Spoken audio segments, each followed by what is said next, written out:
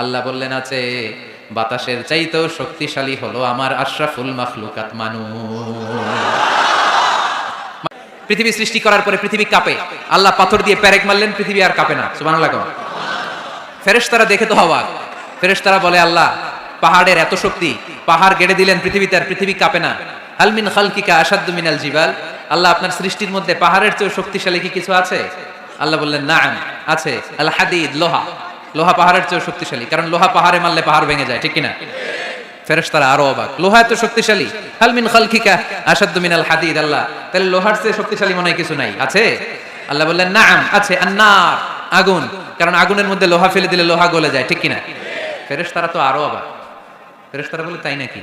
আগুন এত শক্তিশালী, তো হাল মিন খালকিকা আশাদ্দু মিনান নার, আল্লাহ আপনার সৃষ্টিতে আগুনের চেয়ে শক্তিশালী কিছু আছে? আল্লাহ বলে আছে। আলমা, পানি, কারণ আগুনের মধ্যে পানি ঢাললে আগুন পাওয়া যায়। ফেরেশতারা তো এবার আরো অবাক, পানি এত শক্তিশালী, ওই পানি ঘট ঘট ঘট ঘট করে আমরা খাই, এত শক্তিশালী আল্লাহ। হাল মিন খালকিকা আশাদ্দু মিনাল মা, আপনার সৃষ্টিকুলের মধ্যে পানির চাইতেও শক্তিশালী কি কিছু আছে? আল্লাহ বলে আছে। সেটা আবার কি?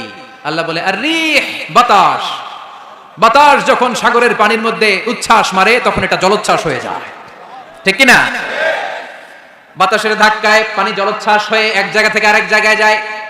আল্লাহ বললেন পানির চাইতেও শক্তিশালী সৃষ্টি আমার আছে, ওইটার নাম বাতাস। ফেরেশতারা অবাক হয়ে আবার জিজ্ঞেস করে আল্লাহ আপনার সৃষ্টিকুলের মধ্যে বাতাসের চাইতেও শক্তিশালী কিছু আছে কিনা বলেন। আল্লাহ বললেন আছে বাতাসের চাইতেও শক্তিশালী হলো আমার আশরাফুল মাখলুকাত মানুষ।